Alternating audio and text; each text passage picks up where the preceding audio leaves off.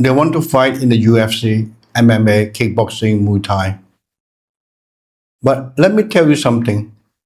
Most people are not ready for the ring at all. If you really want to step into the ring, this is the minimum training you must do first. There is a big difference between training martial arts and fighting in the ring.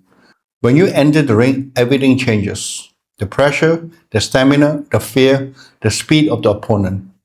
So before anyone says they want to fight professionally, there are four things you must build first. I spar with many different styles: karate, taekwondo, kickboxing, Muay Thai, MMA fighters.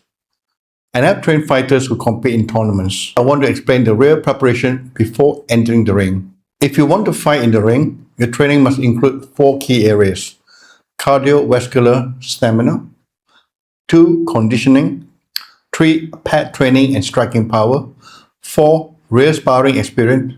First is cardiovascular endurance. Without stamina, your technique is useless. You must train running, skipping rope, shadow boxing at least 1 hour a day. If your lungs are tired after one round, you're not ready for the ring.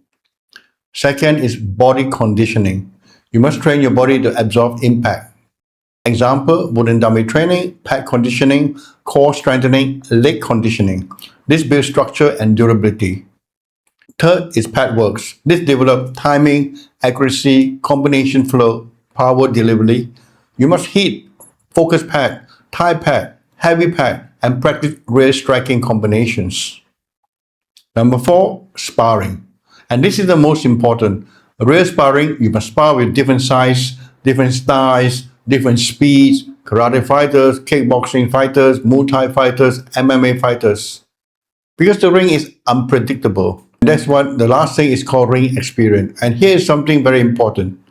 You should spend at least 3 to 6 months sparring in the ring. Training schedule, example, 3 hours per day, 5 days per week, 2-day rest. This builds stamina, timing, fighting instincts.